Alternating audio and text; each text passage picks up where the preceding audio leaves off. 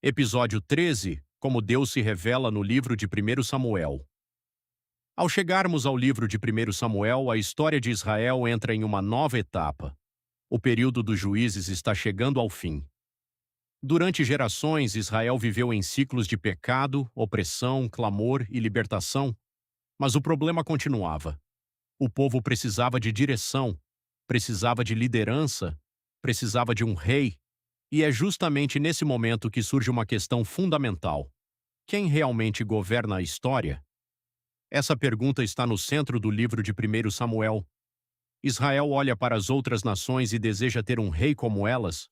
O povo quer uma liderança visível, quer alguém que possa ser visto, alguém que possa ir à frente dos exércitos, alguém que represente a força e a estabilidade da nação. Mas existe um problema. Israel já tinha um rei. O Senhor.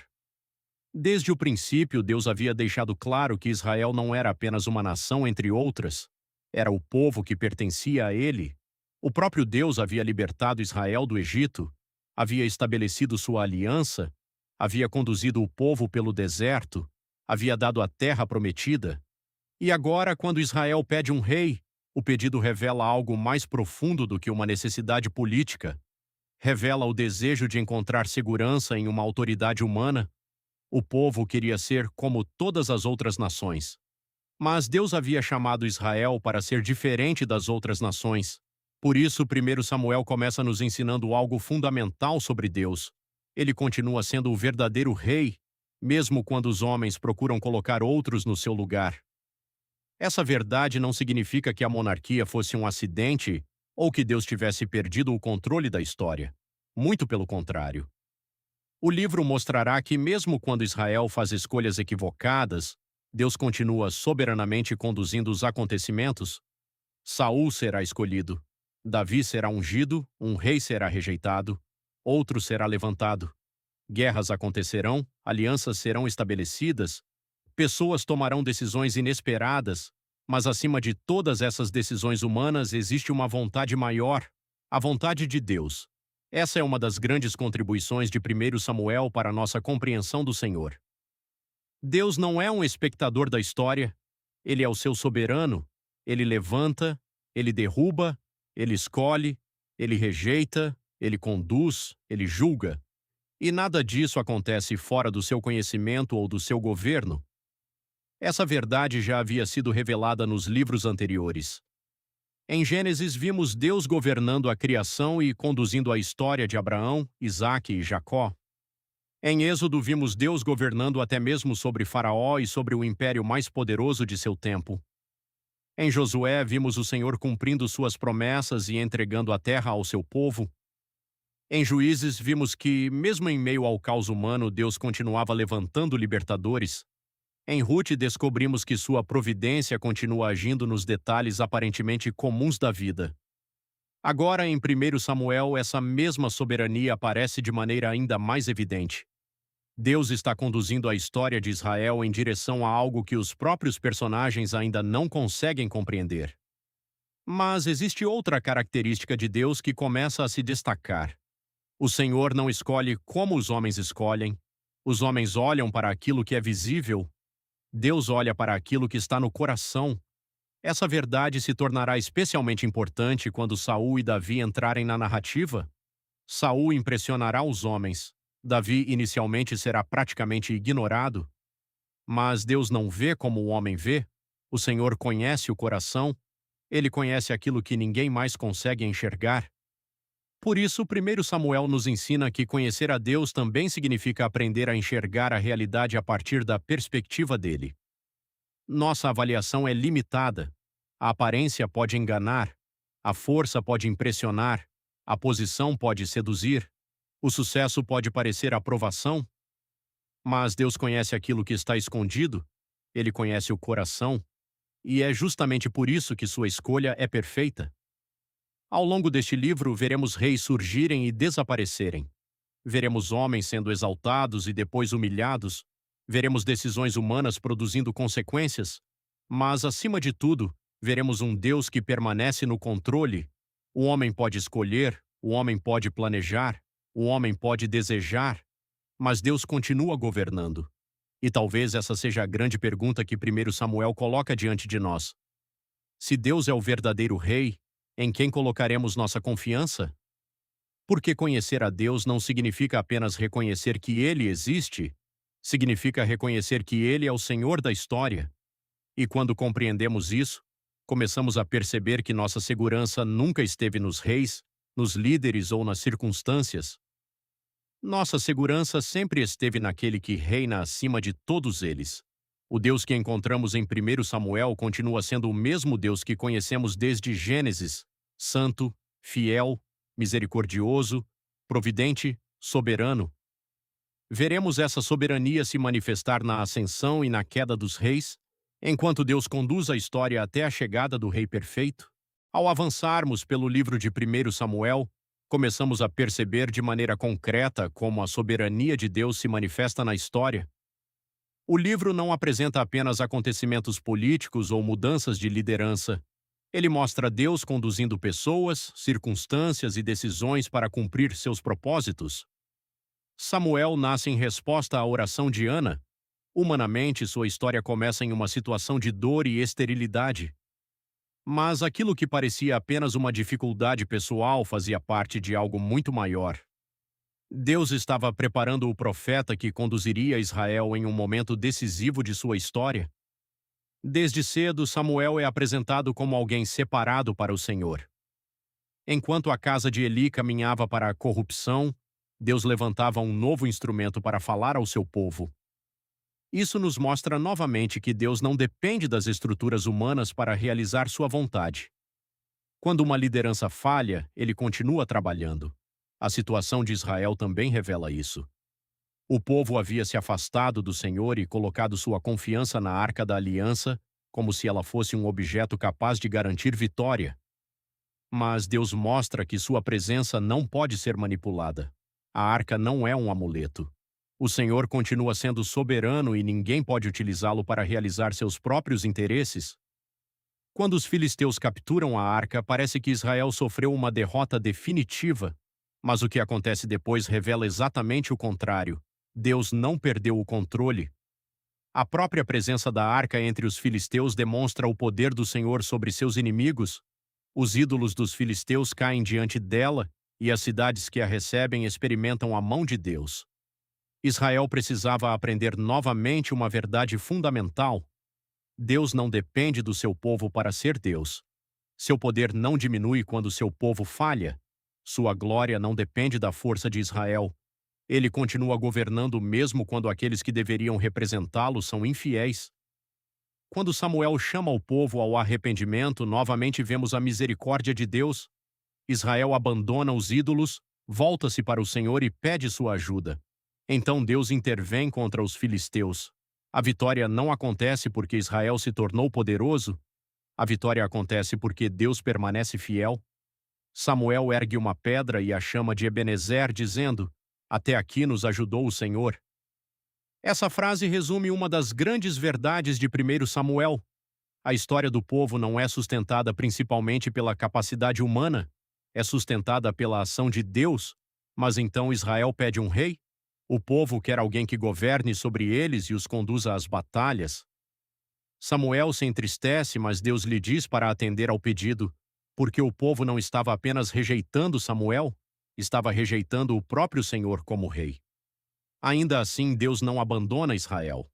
Ele permite que Saul seja ungido e começa a conduzir os acontecimentos de acordo com seus propósitos. Isso é impressionante. Mesmo quando os homens fazem escolhas motivadas por desejos equivocados, Deus continua soberano sobre a história.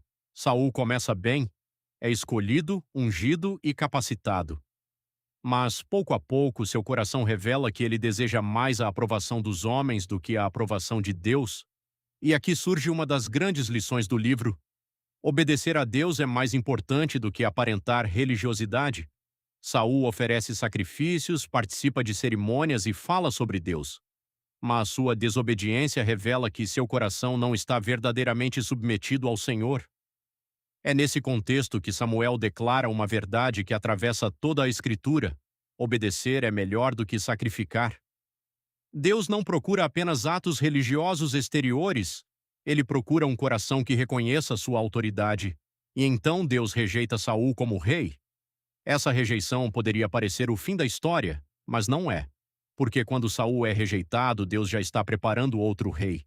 E esse novo rei será escolhido não segundo aquilo que impressiona os homens, mas segundo aquilo que Deus vê. A história está prestes a apresentar Davi, e através dele Deus revelará ainda mais profundamente que seu governo não depende das aparências, da força ou das expectativas humanas. O Senhor continua conduzindo a história, mesmo quando os homens não percebem, mesmo quando escolhem mal, mesmo quando parecem estar no controle. Deus continua sendo o verdadeiro rei. Quando Deus rejeita Saul, a narrativa poderia parecer uma história sobre o fracasso de um rei, mas, na verdade, ela revela algo muito mais profundo sobre o próprio Deus. O Senhor não escolhe como os homens escolhem. Samuel olha para Eliabe e pensa que aquele deveria ser o escolhido. Afinal, sua aparência e sua estatura impressionavam. Mas Deus lhe mostra uma verdade que se tornará uma das declarações mais importantes de 1 Samuel. O homem vê o que está diante dos olhos, porém o Senhor olha para o coração. Aqui encontramos uma nova dimensão da revelação de Deus. Ele conhece aquilo que ninguém consegue ver. Ele não é impressionado pela aparência, não é enganado pela posição, não avalia uma pessoa segundo sua força, seu prestígio ou sua capacidade de causar boa impressão. Deus conhece o coração. E é justamente por isso que Davi, o filho mais novo de Jessé, aquele que sequer havia sido chamado inicialmente para a reunião, é escolhido. Davi estava cuidando das ovelhas enquanto seus irmãos estavam diante de Samuel. Aos olhos da família, ele parecia ser o menos importante.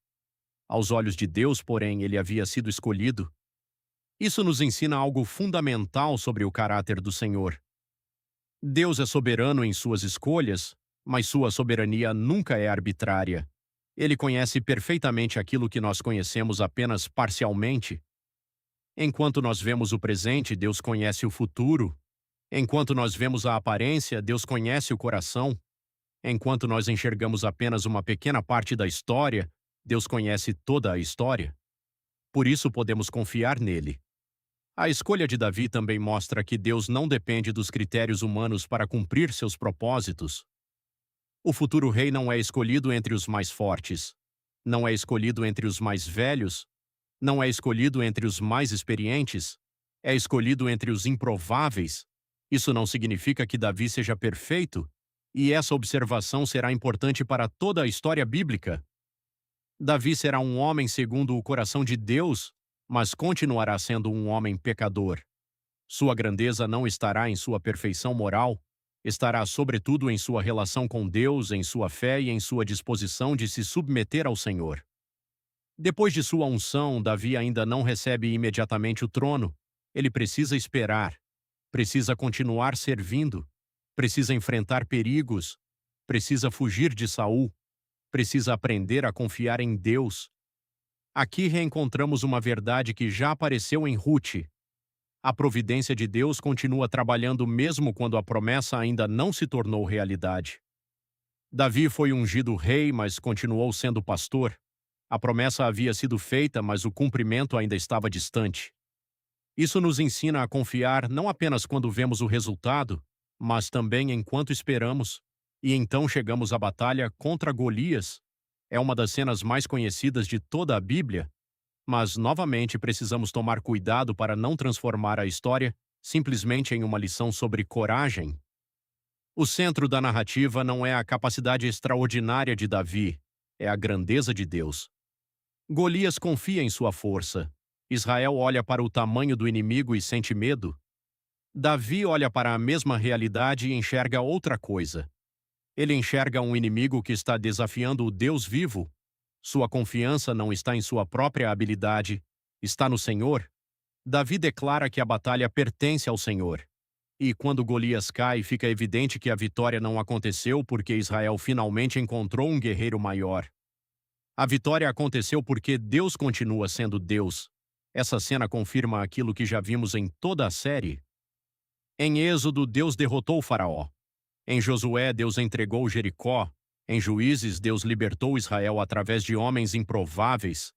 Em Ruth, Deus conduziu silenciosamente os acontecimentos. Agora, em 1 Samuel, Deus mostra novamente que sua força não depende da força humana. O Senhor escolhe os fracos para demonstrar sua própria grandeza. Mas existe ainda algo maior acontecendo. Davi não é apenas um jovem escolhido para vencer uma batalha, ele está sendo preparado para ocupar o trono. E através da história de Davi, Deus começará a estabelecer uma promessa que terá consequências para toda a história da redenção. O verdadeiro rei ainda está por vir. Davi apontará para ele. Seu trono apontará para um reino maior. Sua linhagem apontará para Cristo. E assim, enquanto o 1 Samuel conta a história de um jovem que começa a ser levantado por Deus, as Escrituras continuam conduzindo nossos olhos para aquele que será o verdadeiro rei. Porque Deus não estava apenas preparando um rei para Israel, ele estava preparando o caminho para o Rei eterno. Ao chegarmos ao final de 1 Samuel, percebemos que a história não é simplesmente sobre Samuel, Saul ou Davi, é sobre Deus conduzindo a história de Israel segundo sua vontade. Saul começou como rei escolhido e ungido por Deus, mas pouco a pouco sua desobediência revelou um coração que desejava mais a aprovação dos homens do que a aprovação do Senhor. Davi, por outro lado, foi escolhido quando ainda era desconhecido e precisou esperar pelo cumprimento daquilo que Deus havia prometido. Essa diferença nos ensina novamente que Deus não olha como o homem olha. O homem pode avaliar aparência, força, posição e sucesso. Deus olha para o coração. Mas existe outra verdade ainda mais profunda em 1 Samuel. Deus não apenas escolhe reis, ele também os remove. Saul experimenta essa realidade de maneira dolorosa. Depois de desobedecer repetidamente, ele é rejeitado como rei. Sua história mostra que nenhuma autoridade humana é absoluta. Todo rei está debaixo do governo do verdadeiro rei. Essa verdade continua sendo importante quando pensamos em Davi. Embora escolhido por Deus, Davi também não é o rei definitivo. Ele será um grande rei, mas continuará sendo um homem limitado e pecador. Isso significa que a esperança de Israel não poderia descansar definitivamente em Davi.